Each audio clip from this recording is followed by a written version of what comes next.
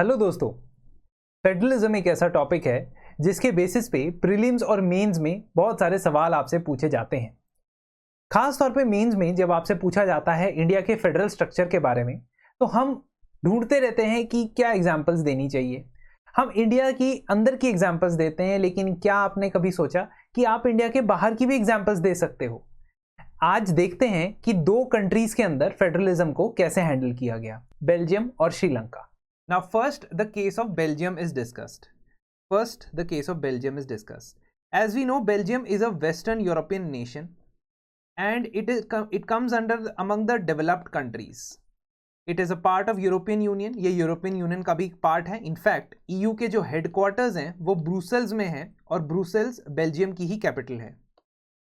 तो आप western Europe के अंदर देखेंगे बहुत सारे डेवलप्ड नेशंस हैं, जैसे कि जर्मनी, नीदरलैंड्स, बेल्जियम, फ्रांस। और बेल्जियम एक बहुत ही छोटी कंट्री है जिसका अगर हम एरिया बात करें तो हरियाणा जितना उसका एरिया है। उसके आसपास फ्रांस, नीदरलैंड्स, जर्मनी और एक बहुत ही छोटी कंट्री लग्जमबर्ग है जो इसके साथ बाउंड्री शेयर करती है। तो मैं आपको ये बता क्यों रहा हूँ, ये इसलिए भी बता रहा हूँ क्योंकि जब हम एनसीईआरटी पढ़ते हैं, हम कह रहे हैं पॉलिटी की एनसीईआरटी पढ़ रहे हैं, लेकिन इसका मतलब ये नहीं इससे आप मैपिंग नहीं कर सकते। तो आपको यहाँ पे जब बता दिया है कि फ्रांस, नीदरलैंड, जर्मनी और लग्जमबर्ग, ये चार कंट्रीज ऐसी हैं जिसकी बॉर्डर लग रही है बेल्जियम के साथ, तो आप इस इंफॉर्मेशन को भी अपने लिए एक टूल बना सकते हो लर्निंग का। वापस आते हैं, हमने जब ये हरियाणा से कंपैरिजन किया तो एरिया वाइज ही नहीं, हम एनसीईआरटी कहती है कि हमने पॉपुलेशन वाइज भी देखा, तो लगभग 1 करोड़ से कुछ ज्यादा पॉपुलेशन है बेल्जियम की, जो हरियाणा का आधा है। हरियाणा की 2 करोड़ के आसपास पॉपुलेशन है। Now, the problem or the issue at hand is the ethnic composition of this country. Issue at hand is ethnic composition of this country. और यहाँ पे ये लोग बताते भी हैं कि ethnicity का या ethnic शब्द का क्या मतलब है। Ethnic means a social division based on shared culture. मतलब एक तरीके से आप कह सकते हो कि एक ग्रुपिंग है, और ये ग्रुपिंग एक कॉमन कल्चर के आधार पे बनाई जाती है, एक कॉमन संस्कृति के आधार पे बनाई जाती है। So people belonging to the same ethnic group can have similar culture, and the reason for that can be different things. For example, they can be having a common descent.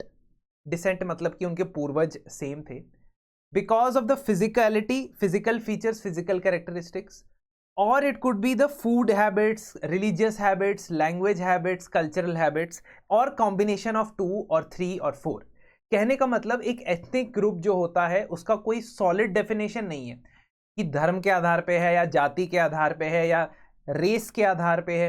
It can have any common basics, but the point to be understanding here is कि वो अपने आप को physically, emotionally, culturally एक group मानते हों। ऐसे group को एथनिक ग्रुप बोला जाता है। ठीक है, तो जरूरी नहीं कि एथनिसिटी सेम है तो रिलीजन भी सेम होगा, बिकॉज रिलीजन तो लोग बदलते हैं, कन्वर्ट भी होते हैं। और अगेन एथनिसिटी सेम है तो जरूरी नहीं कि वो सेम लैंग्वेज बोलते होंगे। तो आई थिंक आप समझ पा रहे होंगे कि एथनिसिटी एक तरीके से एक ग्रुपिंग है जो सिमिलर कल्चरल और फिजिकल कैरेक्टरिस्टिक्स के बेसिस पे बनाया जाता है। अब हम बात करते हैं बेल्जियम का एथनिक मेकअप कैसा है। बेल्जियम के अंदर जो पॉपुलेशन है उसमें से 59% जो है वो फ्लेमिश रीजन में रहती है और डच भाषा बोलती है। इसका मतलब यहाँ पे लिंग्विस्टिक डिवीजन हम देख रहे हैं। तो फ्लेमिश रीजन, जैसा कि आप मैप में देख पा रहे होंगे कि this portion is the Dutch speaking and 59% of the population lives here. Similarly when we talk about other 40% of the population, they live in Wallonia. तो जो नीचे वाला पोर्शन है लाल रंग का, ये है वलोनिया, और यहां की जो पॉपुलेशन है वो लगभग 40% है। And these people speak French language. Remaining 1% of Belgium speak German. तो आपके पास एथनिक मेकअप कैसे आ गया कि 59% मेजॉरिटी डच स्पीकिंग है, 40% फ्रेंच स्पीकिंग है, और बीच में कुछ 1% जो है वो जर्मन है। Now if we talk about the capital of Belgium, that is Brussels, ये जो कैपिटल है इसमें ये रिवर्स है। रिवर्स कैसे? ब्रुसेल्स की 80% पॉपुलेशन, 80% पॉपुलेशन फ्रेंच भाषा बोलती है और 20% Dutch. So the majority and minority gets reversed. in the entire country Dutch are in majority, whereas in Brussels French are in majority. ठीक है, ब्रुसेल्स में फ्रेंच मेजॉरिटी में। इतनी बात हमें समझ आ गई। अब माइनॉरिटी फ्रेंच स्पीकिंग जो कम्युनिटी है वो काफ़ी रिच है, पॉपुलेशन उनकी कम बट उनके पास इकोनॉमिक रिसोर्सेज ज़्यादा, जिसकी वजह से डच स्पीकिंग पॉपुलेशन को उनसे दिक्कत है। बिकॉज ऑब्वियसली अगर आप एक ही कम्युनिटी के अंदर रहते हो तो जो कम्युनिटी आपसे ज़्यादा डेवलप्ड होगी आप उसको देख के ये सोचोगे कि भाई हम क्यों नहीं डेवलप होंगे। इसको कहते हैं रिलेटिव डेप्रिवेशन। तो ये रिलेटिव डेप्रिवेशन की भावना आपके डच ग्रुप के अंदर यहाँ देखी जाती है। डच भाषा वैसे कहाँ की है? नीदरलैंड्स की। ठीक है, तो 1950s और 60s में काफ़ी टेंशन्स भी होती थी इन ग्रुप्स के बीच में। ब्रसल्स का अलग सिनेरियो था। ब्रसल्स में डच स्पीकिंग पॉपुलेशन जो है वो माइनॉरिटी में भी थी। तो इसका मतलब सबसे इंपॉर्टेंट इकोनॉमिक सेंटर जो था ब्रुसेल्स था, वहाँ पे सबसे ज़्यादा रिच लोग रहते थे और मेजॉरिटी में भी नंबर में भी फ्रेंच स्पीकिंग लोग ज़्यादा थे। अब ये लोग कंपेयर करते हैं इस सिचुएशन को श्रीलंका के साथ। एनसीईआरटी वाले कंपेयर कर रहे हैं श्रीलंका के साथ इस सिचुएशन को। श्रीलंका की लोकेशन हमें पता है, इंडिया के साउथ ईस्टर्न साउथ में है, not exactly south eastern but India के साउथ में श्रीलंका, और एक आइलैंड नेशन है। इस आइलैंड नेशन की 2 करोड़ पॉपुलेशन है। 2 करोड़ इज ऑलमोस्ट हरियाणा वाली पॉपुलेशन। ठीक है, हरियाणा जितनी पॉपुलेशन है। अभी जब ये एनसीईआरटी बुक लिखी गई थी तब 2 करोड़ से कम थी, अब 2.22 करोड़ पॉपुलेशन है श्रीलंका की। तो लगभग हरियाणा जितनी पॉपुलेशन है, एक छोटे इंडियन स्टेट जितनी पॉपुलेशन। अब श्रीलंका में भी डाइवर्सिटी है। कैसी डाइवर्सिटी? लैंग्वेज के बेसिस पे देखें तो 74% of the population is Sinhala speaking, majority है 74%, ओवरवेलमिंग मेजॉरिटी। और तमिल बोलने वाले 18% है, 18% आर द तमिल स्पीकर्स। उन तमिल्स में भी there may be some certain groupings. For example जो इंडिजीनियस तमिलियंस हैं यानी श्रीलंकन तमिल्स है वो उसमें से 13% है, और बाकी का 5% जो है वो इंडिया से जो माइग्रेट होके तमिल्स गए थे प्लांटेशंस के अंदर, टी प्लांटेशंस के अंदर काम करने के लिए, रबर प्लांटेशंस के अंदर काम करने के लिए, वो लोग हैं। Now if you see the map they tell you one more thing. What do they tell you? They tell you that the Sinhalese are geographically distributed almost here and the Tamilians are distributed in the north and the eastern part of the country. ये जाफना इसका नाम सुना होगा, ये एक island है यहाँ पे, तो पेनिनसुला है एक तरीके से। तो ये वाला जो पार्ट है यहाँ पे आपको दिखेंगे तमिलियंस, और बाकी कंट्री के अंदर सिन्हलीज जो है वो आपको दिखने वाले हैं। Now if you talk about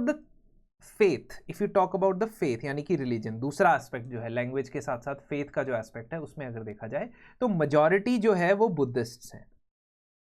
ठीक है, so majority population is Buddhist and this majority Buddhist population is Sinhala speaking.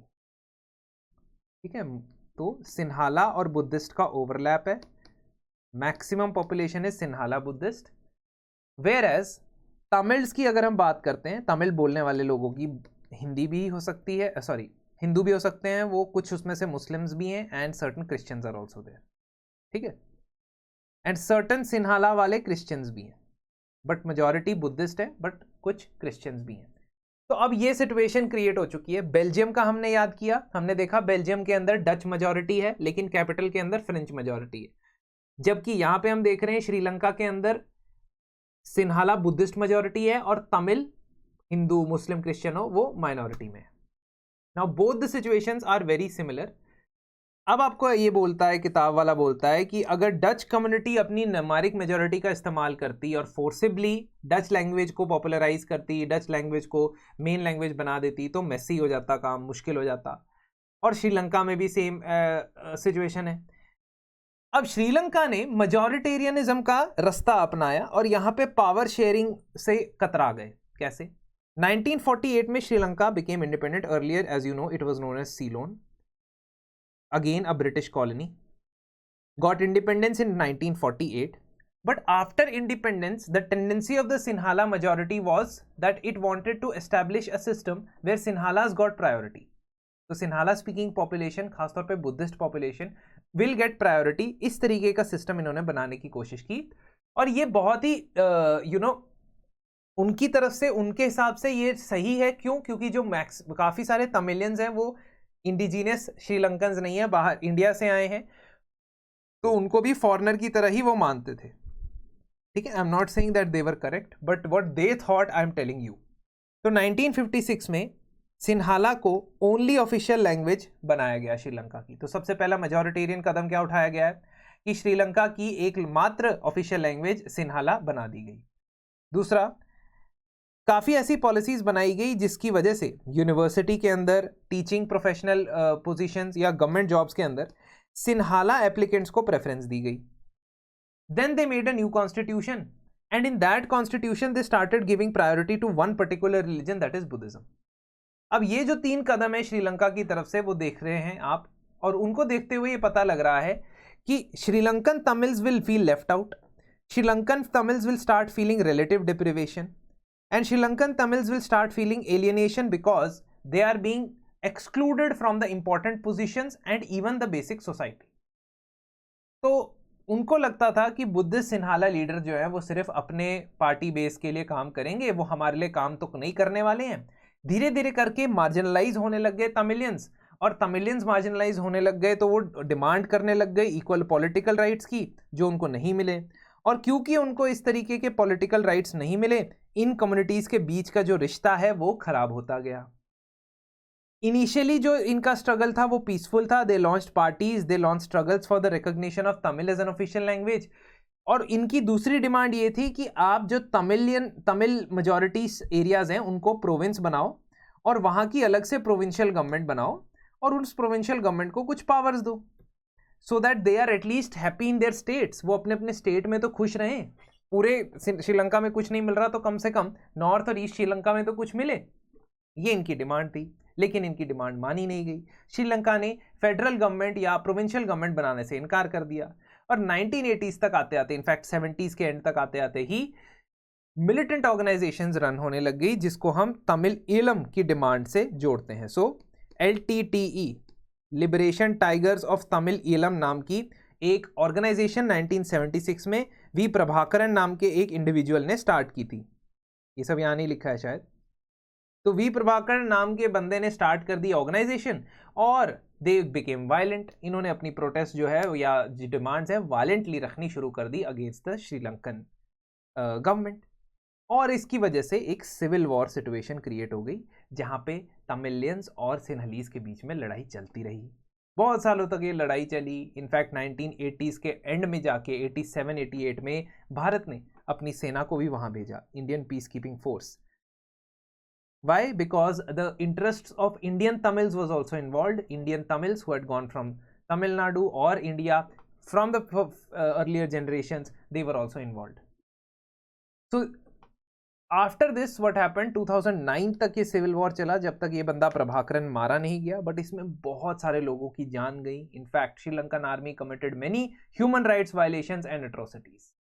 तो एंटायर कंट्री जो थी श्रीलंका को बड़े सालों तक सफर करना पड़ा। उनकी इकोनॉमिक डेवलपमेंट, एजुकेशन और हेल्थ के इंडिकेटर शायद अच्छे हों। Why? Because it is a small country, तो पर कैपिटा इनकम वगैरह शायद अच्छी थी, but still the wounds of that is affecting Sri Lanka.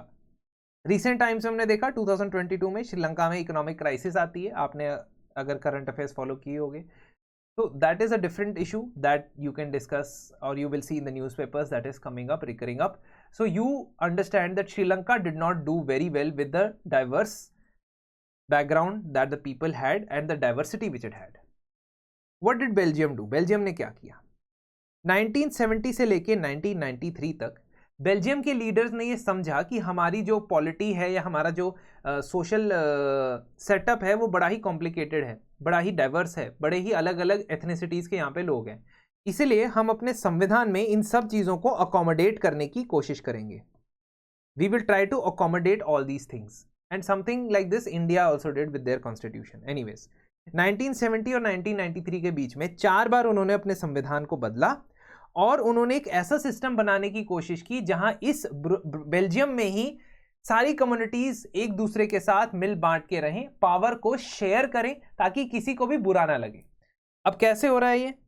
सबसे पहले तो बेल्जियन मॉडल के नाम से हम इस कॉन्स्टिट्यूशनल मॉडल को जानते हैं। First of all the constitution says that the number of Dutch and French speaking ministers, जो सेंटर में गवर्नमेंट बनेगी उसमें डच और French speaking ministers equal number में रहेंगे। Number 1, compromise reached. यहां पे कॉम्प्रोमाइज किसने किया होगा? यहां पे डच पॉपुलेशन ने कॉम्प्रोमाइज किया गया होगा, क्योंकि अगर हम सिंपल मेजोरिटी या सिंपल डेमोक्रेटिक मेजोरिटी की बात करें तो डच ज्यादा पॉपुलेशन में थे, तो उनको ये कह सकते थे यहां पे कि हमें ज्यादा मिनिस्टर चाहिए, बट उन्होंने अकोमोडेट किया। ठीक है, कुछ ऐसे कानून जिनसे आप बेल्जियम के अंदर कम्युनिटी से रिलेटेड फैसले लेते हो, लैंग्वेज से रिलेटेड फैसले लेते हो, कल्चर से रिलेटेड फैसले लेते हो, उन फैसलों को लेने के लिए आपको हर लिंग्विस्टिक ग्रुप की सपोर्ट का मेजॉरिटी देखना पड़ता है। एग्जाम्पल के तौर पे अगर मैं बात करूं that there are 5 ministers from France and French speaking and 5 ministers are Dutch speaking. So if there is some decisions if you want to take, तो टोटल मिनिस्टर्स 10 है, 10 में से वैसे तो आपको 6 मेजॉरिटी चाहिए थी, लेकिन अगर कुछ फैसले आपने कल्चर से रिलेटेड, लैंग्वेज से रिलेटेड लेने हैं तो आपको दोनों में अलग अलग मेजॉरिटी चाहिए। तो 5 में से यू शुड हैव 3, सॉरी गलत एग्जाम्पल हो गया, 6 है, तो अगर आपको यहाँ पे 4 चाहिए थे, यहाँ पे 12 में से आपको 6 चाहिए, तो यहाँ पे 2 ही चाहिए थे। ठीक है, मान लीजिए, just I will give you the example. For example, if there are 12 ministers, 6 are from French speaking, 6 are from Dutch speaking, तो इन नॉर्मल सर्कमस्टांसेस 12 में से you need 7 people to pass a particular bill, but in case of a bill that deals with any cultural matters, any language related matters, you need separate majorities Belgium के अंदर। तो आपको French speaking लोगों ministers की भी majority चाहिए, मतलब 4 यहाँ से वोट चाहिए, और यहाँ से भी 4 वोट चाहिए। इसका मतलब टोटल आपको 12 में से 8 वोट चाहिए होंगे। ठीक है, so you understand the difference. Secondly what they have done is that central government की जो कई सारी पावर्स थी वो स्टेट गवर्नमेंट्स को दे दी गई। So what they did was they did democratic decentralization of powers, मतलब उन्होंने फेडरल डिस्ट्रीब्यूशन ऑफ पावर्स कर दिया, और जो पावर स्टेट गवर्नमेंट के पास है वो सेंट्रल गवर्नमेंट के पास नहीं है। तीसरा, ब्रुसेल्स जो उनकी कैपिटल थी, जहां पे सिचुएशन रिवर्स था। अब वहां पे किसको कॉम्प्रोमाइज करना पड़ेगा? वहां पे तो फ्रेंच लोगों को कॉम्प्रोमाइज करना पड़ेगा, क्योंकि फ्रेंच पॉपुलेशन 80% है। तो ब्रुसेल्स के अंदर there was a separate government, Brussels की अलग ही सरकार बनाई, जहां पे इक्वल रिप्रेजेंटेशन है। तो फ्रेंच स्पीकिंग लोग भी इक्वली रिप्रेजेंटेड होंगे और डच स्पीकिंग लोग भी इक्वली रिप्रेजेंटेड होंगे, and that will happen why? Because centre में डच वालों ने कॉम्प्रोमाइज किया, तो ब्रुसेल्स के अंदर फ्रेंच वाले कॉम्प्रोमाइज कर रहे हैं। इसके अलावा एक तीसरे टाइप की गवर्नमेंट है, और उस तीसरे टाइप की गवर्नमेंट को बोला जाता है community government. Now this is a very unique model in Belgium, काफी यूनिक मॉडल है। क्या है ये? कम्युनिटी गवर्नमेंट अपने अपनी अलग अलग कम्युनिटीज की गवर्नमेंट है। तो there is a Dutch community and its own government, there is a French community and its own government, and there is a German community and its own government. ठीक है, तो डच कम्युनिटी गवर्नमेंट अलग है, French community government अलग है, और German community government अलग है। पूरे देश के लिए वो सेम है, ब्रुसेल्स के अंदर पूरे देश के लिए वो सेम है, no matter where they are residing. तो दोस्तों, क्या लगता है आपको, बेल्जियम और श्रीलंका में से किसका फेडरलिज्म का मॉडल बेहतर है, और हम किससे सीख सकते हैं? ध्यान से इसका जवाब दीजिएगा, और हो सके तो कमेंट सेक्शन में सभ्य भाषा में इसका आंसर अपनी तरफ से बताइएगा। दोस्तों, एनसीईआरटी को अगर हम होलिस्टिकली कवर करते हैं तो कुछ इसी तरीके के कॉन्सेप्ट्स हम अपने मेंस के अंदर भी इस्तेमाल कर सकते हैं, और प्रीलिम्स में हमारी मैपिंग की जानकारी भी और वाइड हो सकती है। इसीलिए हमारा जो एनसीईआरटी रैंक ओरिएंटेड बैच है, इसी पर्सपेक्टिव से हमने स्टार्ट किया था, और काफ़ी सारे लोग इसमें एनरोल करा के काफ़ी संतुष्ट नज़र आ रहे हैं। मैं ये चाहूँगा कि आप एक बारी कंसिडर करें कि एनसीईआरटी को अपनी फाउंडेशन बनाने के लिए आप इस कोर्स को ज़रूर एक बार ट्राई करें, जिसमें आपको 4249 के अंदर ये सभी कॉम्प्रिहेंसिव तरीके से सभी सब्जेक्ट्स की सभी रेलेवेंट एनसीईआरटीज कवर करवाई जाएंगी। Not only polity but all the subjects are there of course, और साथ ही साथ आपको मेंटोर सपोर्ट भी मिलेगा। अनलिमिटेड वॉच टाइम है, कोई लिमिट नहीं है, और कोर्स की वैलिडिटी आपकी 2 साल तक की है। तो इसीलिए आई होप कि आपको अगर इससे कोई सीख मिली होगी, इस लर्निंग मिली होगी एनसीईआरटी की डिस्कशन से, तो आप ज़रूर हमें इस कोर्स के माध्यम से अपनी मदद करने का मौका देंगे। अदरवाइज यूट्यूब पे हम आपकी सेवा में हमेशा हाजिर हैं। Thank you.